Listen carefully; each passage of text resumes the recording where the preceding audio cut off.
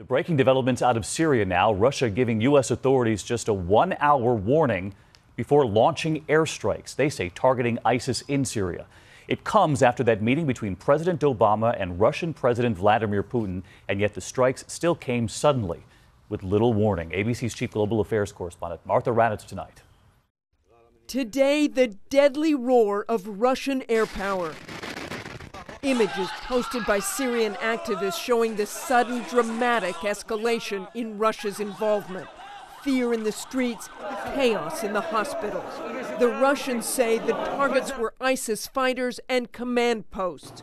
But this is where the bombs hit, just outside of Homs. There are no ISIS fighters here. It does appear that they were in areas where there probably were not ISIL forces, and that is precisely one of the problems with this whole approach. The target the Russians more likely were going after, opposition forces, some backed by the U.S., here seen with an advanced TOW missile, who are fighting against Syria's brutal dictator and America's enemy, Bashar al-Assad. The other concern, Russia gave the U.S. only a 1-hour warning about the airstrikes, putting U.S. pilots flying strike missions there in greater danger. Putting lots of different airplanes in the same airspace creates the potential for collision. So let's bring in Martha Raddatz tonight. And Martha, wasn't there talk that the Russians and the U.S. would be meeting about this airspace and instead just a 1-hour warning?